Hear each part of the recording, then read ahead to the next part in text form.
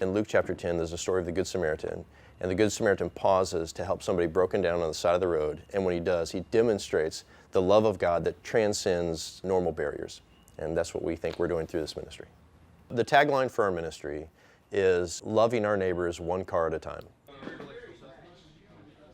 My name is Jeff Philpott, and I'm the senior pastor of Sand Hills Community Church, and I'm also the lead mechanic and manager of Good Samaritan Auto Care.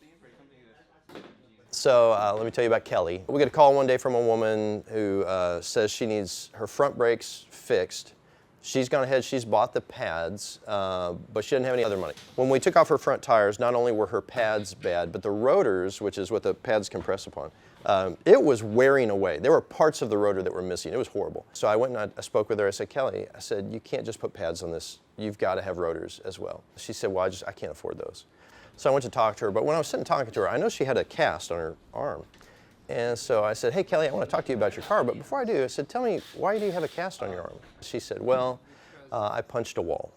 I was like, oh my goodness, why did you punch a wall? And she said, well, because life sucks.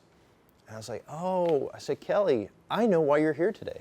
And she said, why is that? I said, you're here because God wants me to remind you that He loves you and He sees you. So today, you're going to get all of your work for free. You're not going to have to pay for anything. We're going to change your rotors. We're going to change your pads. We've done a couple other minor fix-ups on your car as well, and we're going to take care of you. It's stuff like that, or I love what we do when we can make a legitimate difference in somebody's life, especially those who are struggling to make it, which I feel is a very Jesus-y thing to do. This ministry started, I think, a little over 10 years ago. It initially started as an outreach for single mothers. Actually, I found a representative from Pennzoil. He donated all the oil, and I got a bunch of guys from the church who know how to change oil. But after doing a couple of these, the guys were telling me, and of course I was aware as well, there are many more problems with these cars than just the oil, and they were things that we all know how to do. I thought if I start a men's Bible study, we'll do a Bible study for 15, 20 minutes, and then we'll spend the rest of the time working on cars. I'll teach guys basic aspects of working on cars, and then we'll fix somebody's car, whether it's a church member or somebody that doesn't go to the church that we know needs car repair. And that was the start of Good Samaritan Auto Care. When you bless somebody, it opens their eyes and their ears, I think, to the Lord. It's unexpected. We've had so many people come into our church, join the church, be exposed to the gospel, respond, be baptized, and join the church just through the car ministry, which now we've been doing for several years full time. So it's such a blessing.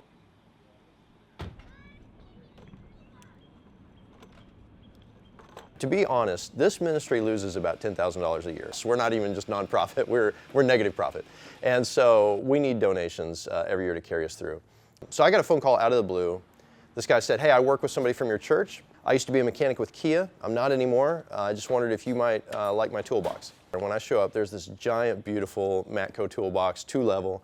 And so I was like, oh my gosh, I didn't know you were talking this. He's like, yeah, just take it. I want to donate it to the Lord. And so when I opened the box, it was full of brand names in the tool world. Matco, Snap-on, Cornwell. I mean, it was thousands of dollars worth of tools as well. And I was like, are you really just giving this to us?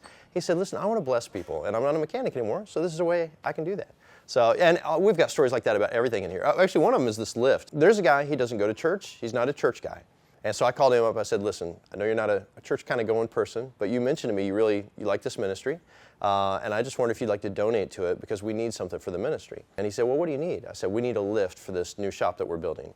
And he said, well, how much is that? I said, well, it's about $6,500. He's like, okay. He said, yeah, okay, I'll buy it. I was like, you'll pay for the whole thing? I didn't think he would do that. I just wanted him to give towards it.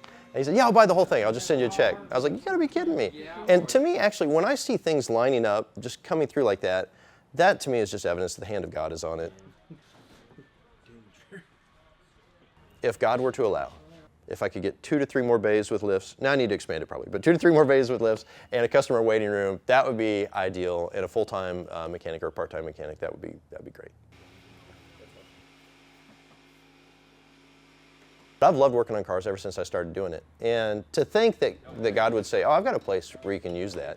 I mean, it's just, not only can He use it, He's taken the little bit that I've brought to Him and He's multiplied it. And I think that's just a standard for life. Like whatever you have that you bring to the table, however you're wired, whatever the gifts, the things you love doing, I think God's got a way that he can use that to really just transform this world